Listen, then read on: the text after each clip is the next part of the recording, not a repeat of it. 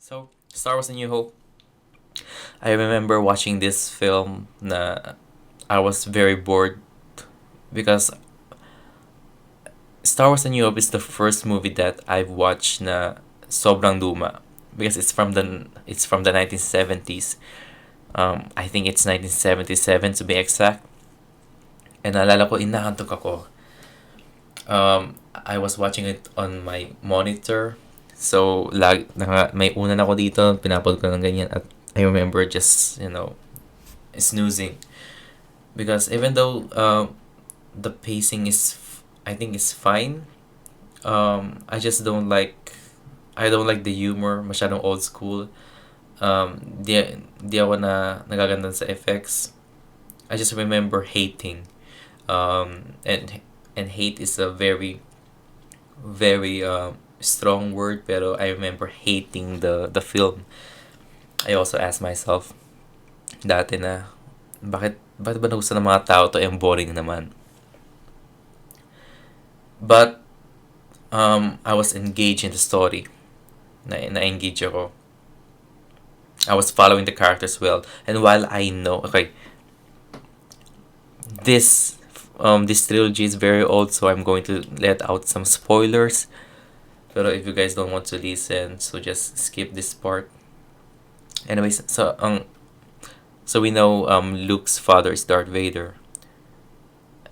While I was watching it, I kept saying to myself na, okay, Luke is Darth Vader's father, pero I think it's not true.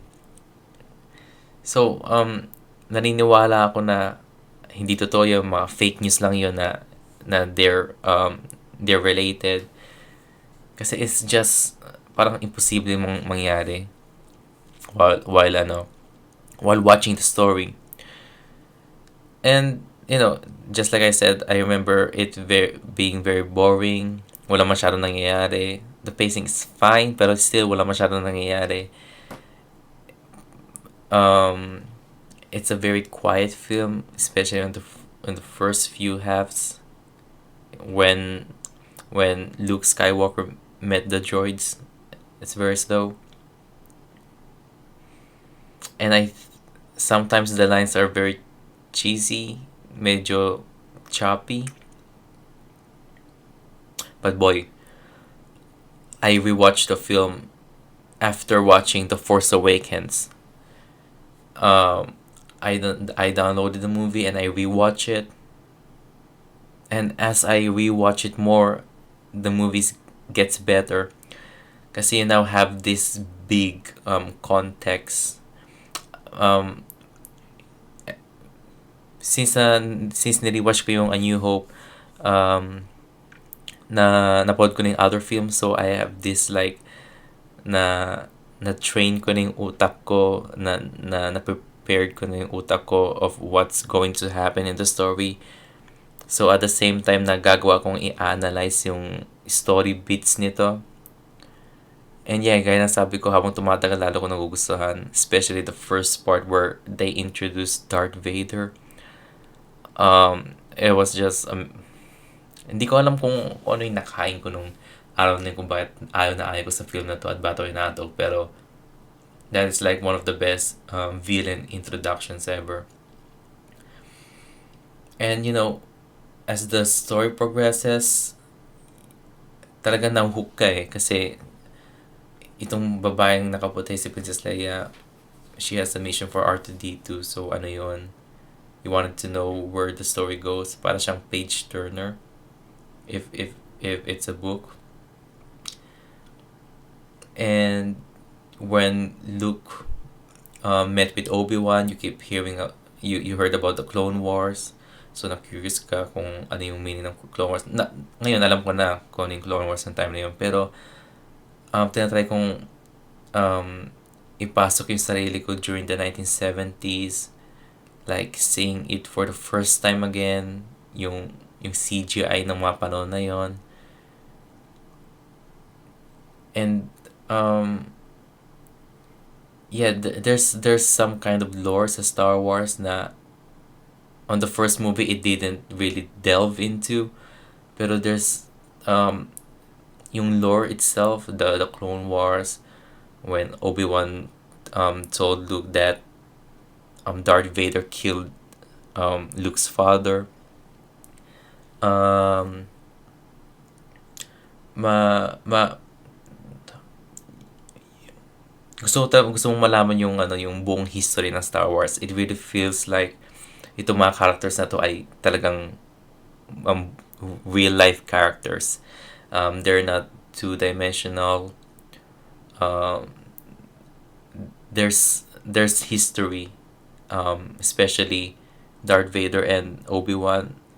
Sugat na sila by the time nagsimula itong movie na to. They are already scarred for life because they've seen some bad things before, which is yung Order 66, yung naglaban nga sila.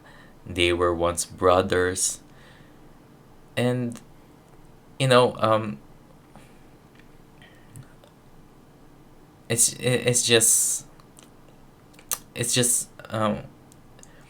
Star Wars is one of those unique films na habang pinapanood mo lalong gumaganda because you keep on learning new stuff about it. There are lines na, uy, hindi ko napansin na nadun pala yung line na yon. Hindi ko na-realize na may ganitong line para sa Star Wars.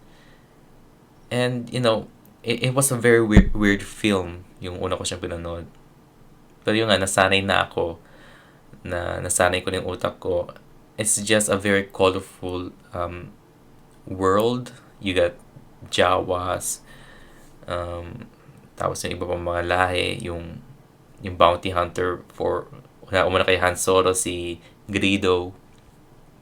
Tapos bakit yung kantina ayaw sa mga droids, right? No droids nga daw. Itong Jedi mind trick ni Obi-Wan. There's so much story sa movie na yon, while there's also no, while konti lang yung lines. And you know, the Death Star, yung mga ganon. And when si Obi-Wan nagsalita kay Luke, "Run, Luke, run!" Yun nga, mahirap explain pero it's a very colorful world. And as habang tumatagal habang pinapod ko, napapansin ko na yung pacing tama lang. It gets you to point A to point B while staying interesting. At least kapag pinanood mo ulit siya several times, pero yung first time ko talaga inantok ako. So you know, the best thing about movies, every time you watch it, lagi nagbabago yung impression mo. And there's just times na kapag pinanood mo ulit siya, your impressions about it didn't change. So for Star Wars, I was very happy na nagustuhan ko siya by the end of the day. I think I've seen this film like more than 10 times. No, not 10 times, maybe under 10 times, maybe 8 times.